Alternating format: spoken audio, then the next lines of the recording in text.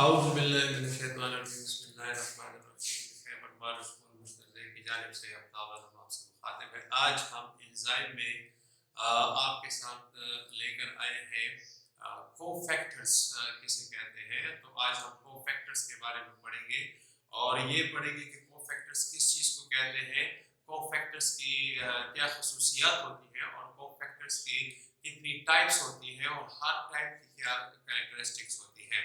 तो चलते हैं अपने टॉपिक की तरफ, कोफैक्टर्स की तरफ। तो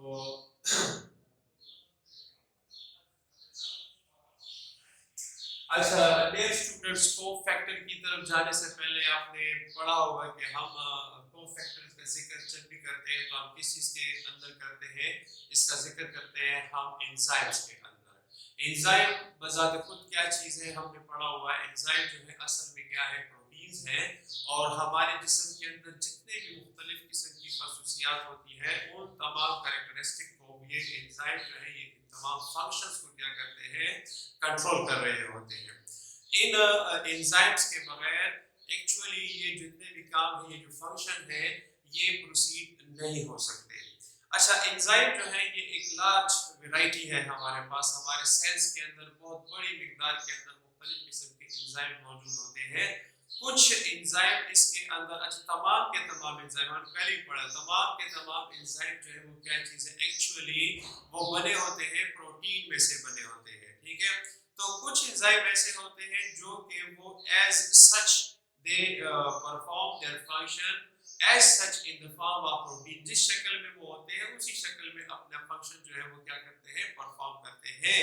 लेकिन हमारे जिस्म, हमारे सेल्स के अंदर कुछ एंजाइम्स ऐसे भी मौजूद होते हैं जो उस वक्त तक अपना फंक्शन परफॉर्म नहीं कर सकते जब तक कि उनके साथ कोई हेल्पर मौजूद ना हो। ठीक है, हेल्पर, यहाँ पर एक लफ्ज आ गया। तो यहाँ पर एक्चुअली हम कोफैक्टर जो है इसे हम क्या कहते हैं, इसे हम एक और लफ्ज में लिख सकते हैं और वो क्या चीज है, हेल्पर। ठीक है, मददगार या असिस्टेंट।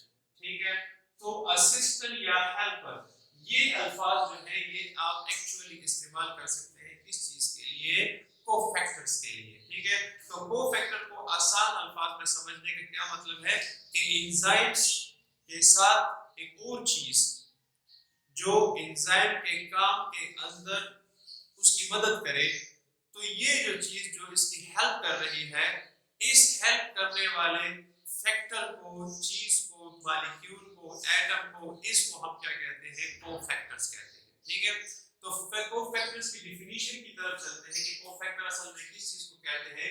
एक्चुअली कोफैक्टर क्या होता है कि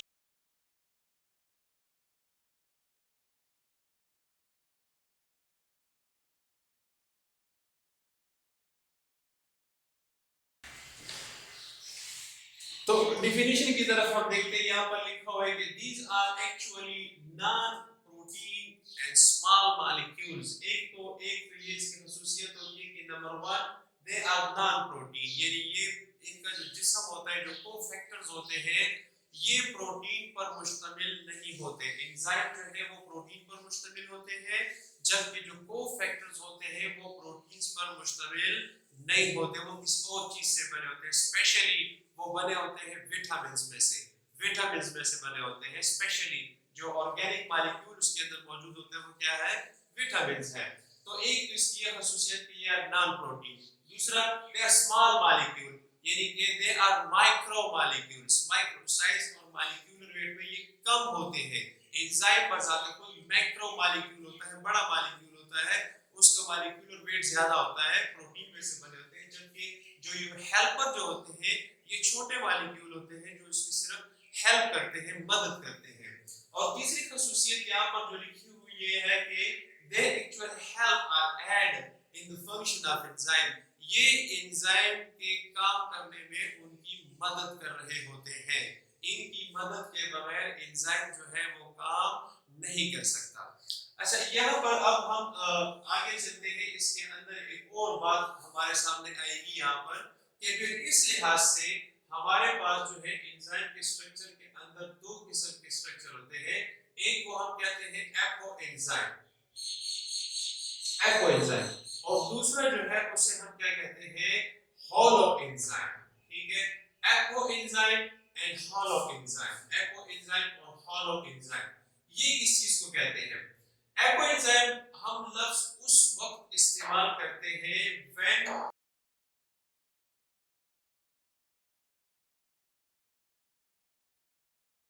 अच्छा, एपो एंजाइम किसे कहते हैं? When an enzyme is without its cofactor. अब कोई भी एंजाइम, एंजाइम को जरूरत है कोफैक्टर की, यानी वो एंजाइम उस वक्त तक काम नहीं कर सकता जब तक उसके साथ कोफैक्टर नहीं है। तो एक ऐसा एंजाइम जिसके साथ अपना कोफैक्टर नहीं है, तो इस सूरत हाल में इस एंजाइम को हम क्या कहते हैं? एपो एंजाइम कहते हैं, एपो एंजाइम। तो एपो एंजाइम के अंदर सिर्फ और सिर्फ क्या मौजूद होता है? सिर्फ प्रोटीन पार्ट मौजूद होता है, सिर्फ प्रोटीन पार्ट मौजूद होता है, जबकि इसका जो नॉन प्रोटीन पार्ट है यानी कि जो कोफैक्टर है वो इसके साथ मौजूद नहीं होता। इस कंडीशन के अंदर आमतौर पे जो एंजाइम होते हैं वो क्या होते हैं? इनएक्टिव होते हैं, यानी कि वो काम करने के काबिल नहीं होते। अच्छा, इसके साथ जब हम क्या कहते हैं? हॉलो एंजाइम क्या कहते हैं?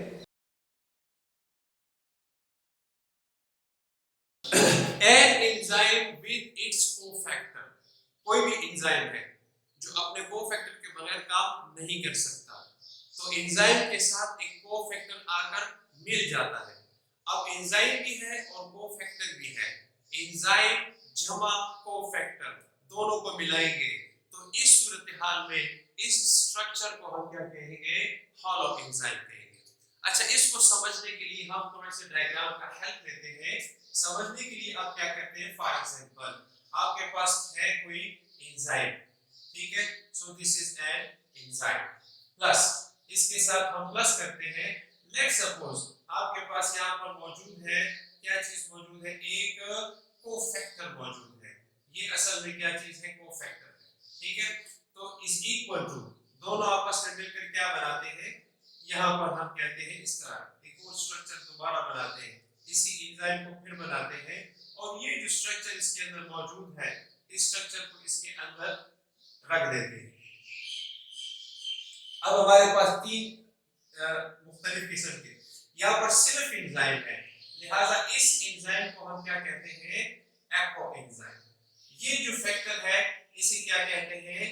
कोफैक्टर। और ये जो स्ट्रक्चर बन गया है जिसके अंदर एंजाइम जमा कोफैक्टर दोनों मौजूद है, इस पूरे स्ट्रक्चर को क्या कहा जाता है? हॉलो एंजाइम कहा जाता है, हॉलो एंजाइम, ठीक है। तो एपो एंजाइम जमा cofactor is equal to holo enzyme. अच्छा, ये जो स्ट्रक्चर है ये क्या चीज है? इनएक्टिव है, ये है इनएक्टिव। ये उस वक्त तक इनएक्टिव रहेगा जब तक ये इसके साथ शामिल नहीं हो जाता। जब ये शामिल हो जाते हैं तो ये फिर क्या बन जाते हैं? दे बिकम एक्टिव, ये एक्टिव बन जाते हैं और काम करना शुरू कर देते हैं। अच्छा, इसकी एक मिसाल है जिसे हम कहते हैं डीएनए पॉलीमरेज, ठीक है। डीएनए पॉलीमरेज एक एंजाइम है जो असल में डीएनए की फ्रेगमेंटेशन के बाद डीएनए को दोबारा बनाते हैं, यानी एक डीएनए से दूसरे डीएनए बनाने के लिए जो एंजाइम इस्तेमाल होता है उसे हम कहते हैं डीएनए पॉलीमरेज कहते हैं। तो इसी एग्जांपल को अगर हम डीएनए पॉलीमरेज के हिसाब से देखेंगे तो यहाँ पर एक हमारे पास आ जाएगा एंजाइम, लेकिन इस सूरत हाल में जो कोफैक्टर होगा वो क्या होगा? Magnesium ion. मैग्नीशियम आयन इस सूरत हाल के अंदर क्या होगा? कोफैक्टर होगा।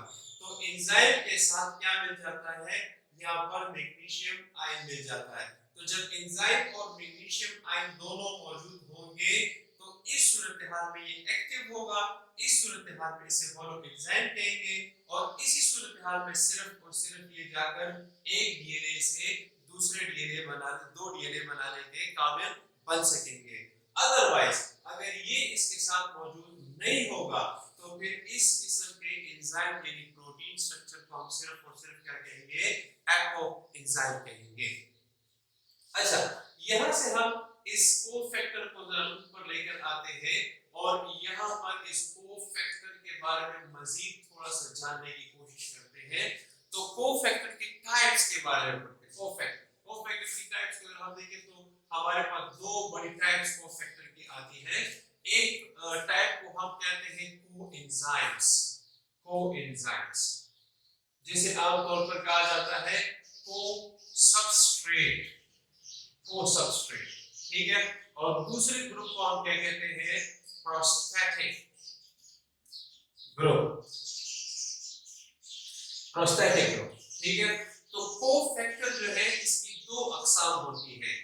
ये जो कोफैक्टर है ये इन दो में से एक किस्म इसकी हो सकती है। या तो उसे हम कोएंजाइम कहेंगे या को सबस्ट्रेट, और या फिर उसे क्या कहते हैं? प्रोस्टैटिक ग्रुप कहते हैं। अच्छा, कोएंजाइम जो है वो सिर्फ और सिर्फ जो है वो क्या चीज है? ऑर्गेनिक मॉलिक्यूल्स होते हैं। कोएंजाइम सिर्फ और सिर्फ क्या होते हैं? ऑर्गेनिक मॉलिक्यूल्स होते हैं। जबकि जो प्रोस्टैटिक ग्रुप होते हैं, prosthetic group, they are further divided into two categories. Prosthetic group को हम मजीद दो ग्रुपों में तकसीम कर सकते हैं। एक जो है वो क्या चीज है? ऑर्गेनिक मॉलिक्यूल्स है, ऑर्गेनिक मॉलिक्यूल्स, ठीक है। और दूसरा जो ग्रुप है वो क्या है? Metal ions, metal ions. तो इस लिहाज से अगर हम देखेंगे तो कोफैक्टर क्या है? ऑर्गेनिक मॉलिक्यूल है, सिर्फ ऑर्गेनिक मॉलिक्यूल, तो वो है कोएंजाइम। फिर इस ऑर्गेनिक मॉलिक्यूल और इस ऑर्गेनिक मॉलिक्यूल के अंदर एक डिफरेंस मौजूद है। ये जो ऑर्गेनिक मॉलिक्यूल है ये इसके साथ लूजली अटैच होते हैं, अभी हम पढ़ते हैं इसके बारे में। जबकि ये जो ऑर्गेनिक मॉलिक्यूल यहाँ पर लफ्ज इस्तेमाल होता है ये इसके साथ परमानेंटली अटैच होते हैं, मुस्तकिलन अटैच होते हैं। इसी तरीके से मेटल आयन जो है वो भी मुस्तकिलन अटैच होते हैं। तो इसको दोबारा जरा पढ़ें। कोफैक्टर की दो अक़साम है। अगर तो कोई ऑर्गेनिक मॉलिक्यूल, कोई भी ऑर्गेनिक मॉलिक्यूल वो जो प्रोटीन ना हो, कोई भी ऐसा ऑर्गेनिक मॉलिक्यूल जो प्रोटीन ना हो और वो एंजाइम के साथ लूजली टेम्पररी अटैच हो, तो ऐसी सूरत हाल में इस कोफैक्टर को कोएंजाइम कहते हैं। दूसरी, कोई भी ऐसा ऑर्गेनिक मॉलिक्यूल जो कि प्रोटीन ना हो, प्रोटीन के बगैर कोई और ऑर्गेनिक मॉलिक्यूल, स्पेशली विटामिन्स, जो कि एंजाइम के साथ परमानेंटली अटैच हो और उसके जिस्म का बाकायदा हिस्सा हो और कभी भी उससे जुदा ना हो, तो इस किस्म के ऑर्गेनिक मॉलिक्यूल को हम क्या कहते हैं? प्रोस्टैटिक ग्रुप कहते हैं। इसी तरीके से मेटल आयन जो कि एंजाइम के साथ मुस्तकिलन अटैच हो, मुस्तकिलन अटैच हो और कभी भी उससे जुदा ना हो, ठीक है। फंक्शन परफॉर्म करने से पहले और परफॉर्म करने के बाद उसके साथ उसके जिस्म का हिस्सा हो, तो ऐसे मेटल आयन को हम क्या कहते हैं? प्रोस्टैटिक। तो प्रोस्टैटिक ग्रुप जो है ये परमानेंटली अटैच होते हैं और मुस्तकिलन एंजाइम का हिस्सा होते हैं। जबकि जो कोएंजाइम होते हैं ये टेम्पररी अटैच होते हैं। एंजाइम अपना फंक्शन परफॉर्म करता है, ये उसके साथ अटैच होते हैं, एंजाइम फंक्शन परफॉर्म कर देता है, ये उससे जुदा हो सकते हैं, ठीक है। तो ये दोनों के अंदर सबसे बड़ा डिफरेंस मौजूद है। अच्छा, कोएंजाइम के डिफिनीशन की तरफ चलते हैं। तो कोएंजाइम को कैसे डिफाइन करेंगे? कोएंजाइम को ऐसे डिफाइन करेंगे कि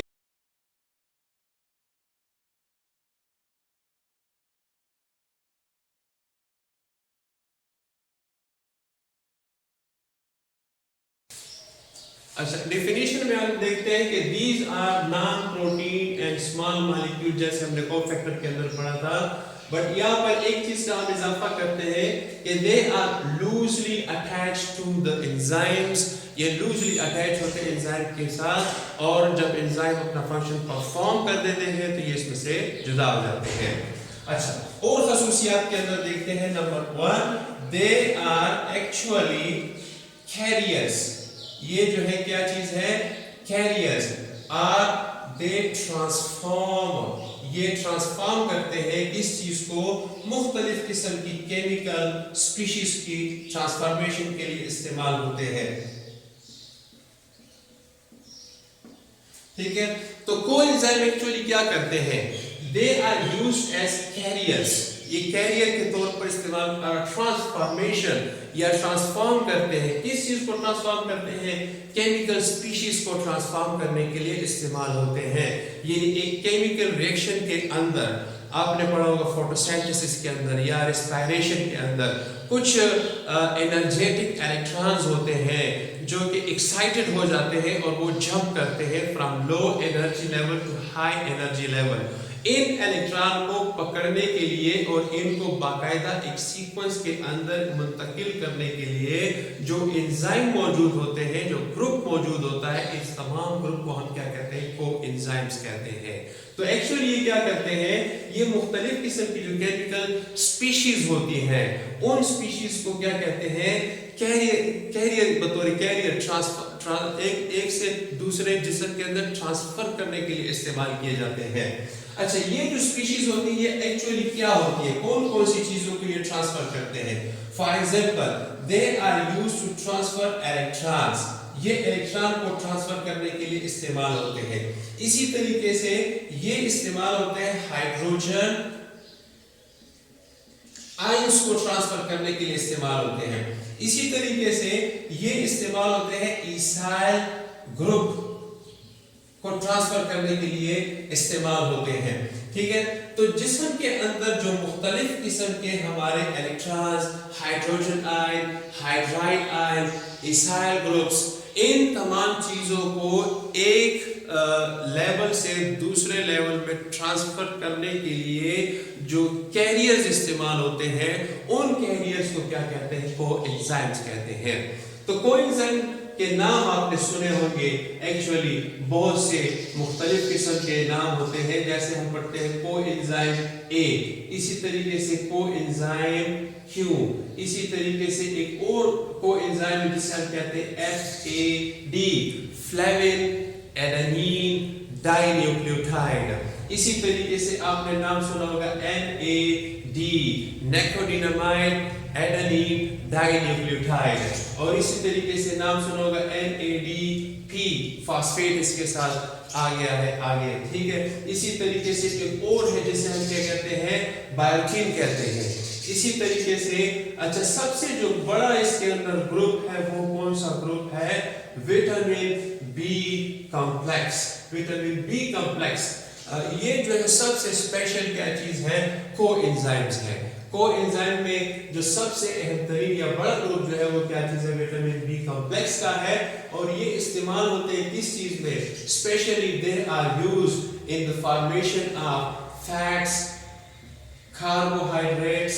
हमारे जिस्म के अंदर they are used in the formation of fats, carbohydrates and different type of proteins.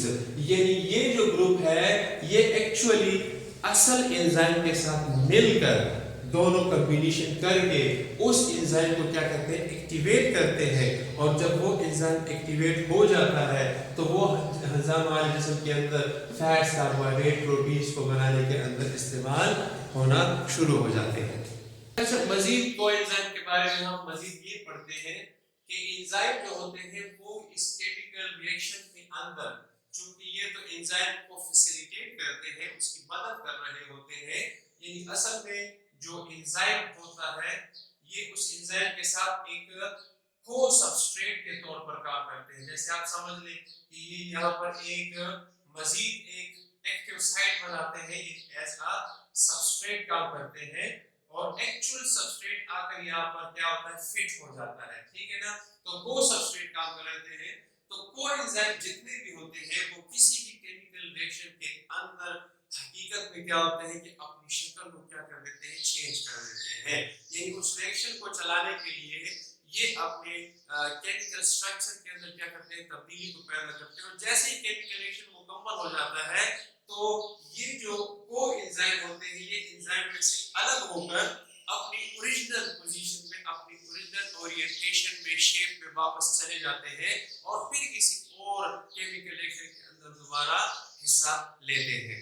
ठीक है, तो ये इसके अंदर है। और दूसरी ये कोएंजाइम को बहुत आसानी के साथ एंजाइम में से जुदा किया जा सकता है क्योंकि इसके साथ बिल्कुल लूजली अटैच्ड होते हैं, बिल्कुल लूजली अटैच होते हैं। तो ये चंद खसूसियात की किस चीज की? कोएंजाइम की। अब स्टूडेंट दूसरा हम चलते हैं कोफैक्टर की जो दूसरी किस्म है, टाइप है, उसे क्या कहते हैं? प्रोस्टैटिक ग्रुप कहते हैं। तो प्रोस्टैटिक ग्रुप को हम कैसे डिफाइन करेंगे? इसको डिफाइन करते हैं कि दीज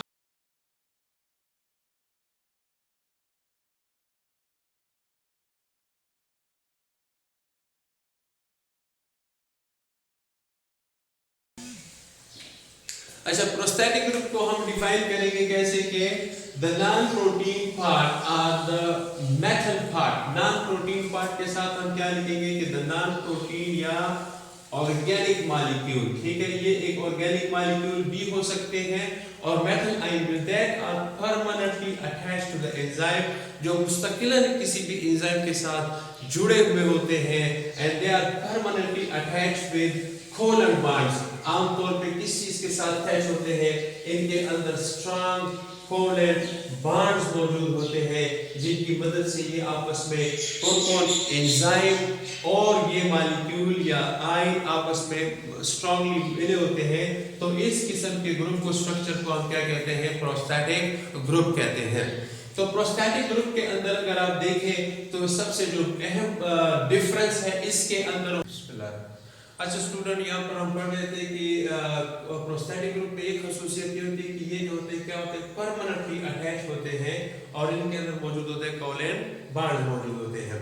इनकी कुछ मिसालें हैं ऑर्गेनिक मॉलिक्यूल के अंदर। अगर मिसालें देखें तो विटामिन हैं, बायोटीन हैं, FAD है। ये जो चीजें हैं ये हमने कोएंजाइम में भी पढ़ी हुई थी और वहां पर भी उनका हिस्सा है। और मेटालिक आयंस जो हैं उनकी मिसालें हैं magnesium, iron, copper, cobalt, manganese और जिंक।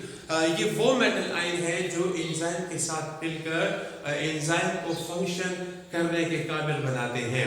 अच्छा, यहाँ पर एक डिफिनीशन है मेटैलो एंजाइम। मेटैलो एंजाइम किसे कहते हैं?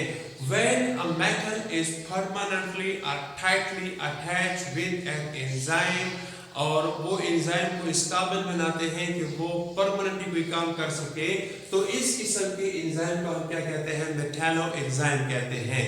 यानी जब एक मेटल किसी भी एंजाइम के साथ मिलकर मेटल किसी भी एंजाइम के जिस्म का हिस्सा बन जाते हैं और उस एंजाइम को काम करने पर मजबूर करते हैं, तो इसे क्या कहते हैं? मेटैलो एंजाइम कहते हैं।